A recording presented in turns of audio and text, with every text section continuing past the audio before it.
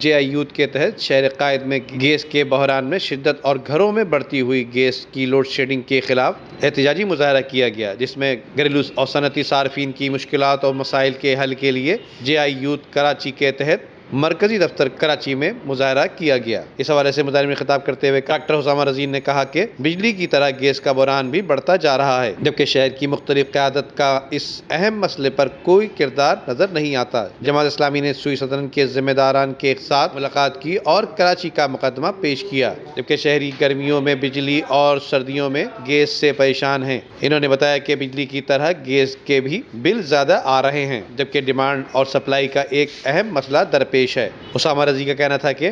اگر گیس کا مسئلہ حل نہیں ہوا تو کراچی کے دیگر مسائل کے ساتھ دھرنا تحریک چلانے کا ارادہ بھی رکھتے ہیں، جبکہ سوئی سدرن گیس نے ہمیں یقین دہانی کروائی ہے کہ مسئلے کو حل کرنے کے لیے کوشش کی جائے گی۔ جبکہ سوئی سدرن گیس کے ڈپٹی مینیجنگ ڈائریکٹر سعید احمد کی میڈیا سے گفتگو کرتے ہوئے کہا کہ 200 MMC FD شارٹ فال کا سامنا کرنا پڑ رہا ہے۔ اس حوالے سے سعید جان نے مزید بتایا کہ SSGC کی گیس کسی کو نہیں دی جا رہی، بلکہ فیصلے کیے گئے ہیں کہ طلب اور رسد کا فرق کم کرنے کی کوشش کی جا رہی ہے۔